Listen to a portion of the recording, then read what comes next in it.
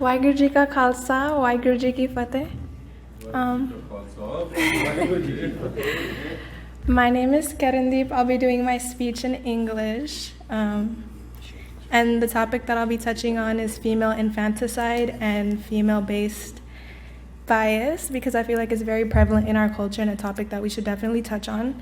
It's definitely an uncomfortable truth, but I feel like it deserves to be spoken on because it is Women Empowerment Day. So I'll start. Women are powerful yet selfless. They're nurturing yet protective, strong yet delicate, kind yet fierce. They harbor life. They're the medium between the physical world and the spiritual world.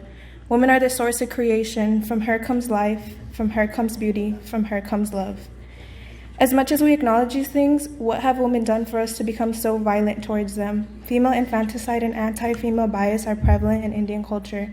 What is female infanticide? It's the intentional killing of baby girls before or after birth or within the first 12 months of life. It's due to the preference of baby boys and the low value they associate with women. The degradation starts the second the gender is revealed. Whether birth is given to the child or not, the bias for this girl already exists.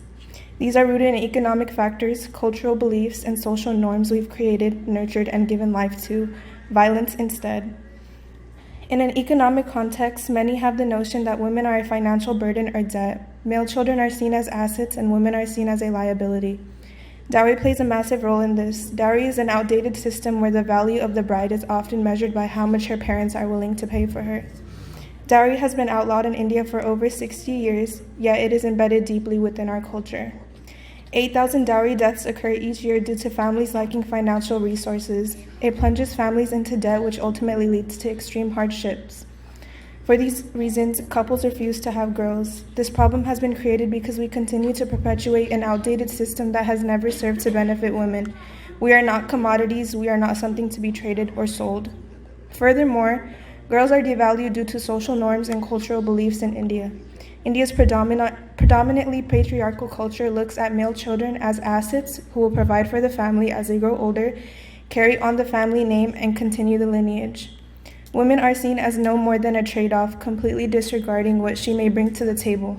Many women face immense pressure from society and their family to give birth to sons. Some face abandonment when giving birth to a daughter and not partaking in the practices of gender selection and infanticide. Gender discrimination is also rooted in the way we raise our daughters opposed to our sons. Girls are taught to be submissive, timid, and obedient.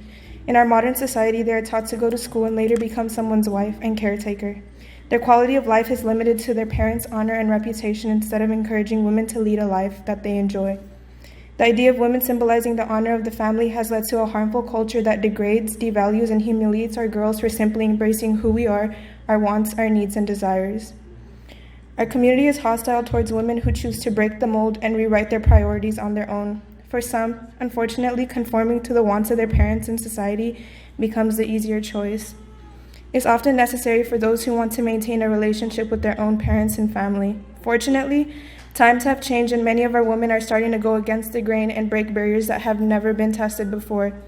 We are the face of the future, the bearers of the next generation, the ones who continue the lineage. With the ability to give life, we have the ability to birth new ideas and beliefs that we are more than what we have been set out to be. We have the right to write our scripts and throw out the ones that have been written by men and perpetuated by women who were never taught their worth. We are worthy, we are powerful, and we are strong.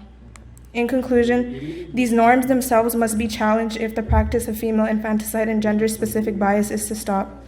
The deep social and cultural norms that exist in our society are responsible for such things.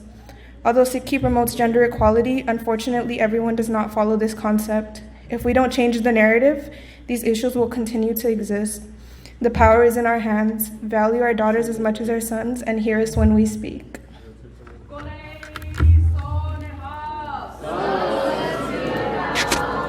Thank you.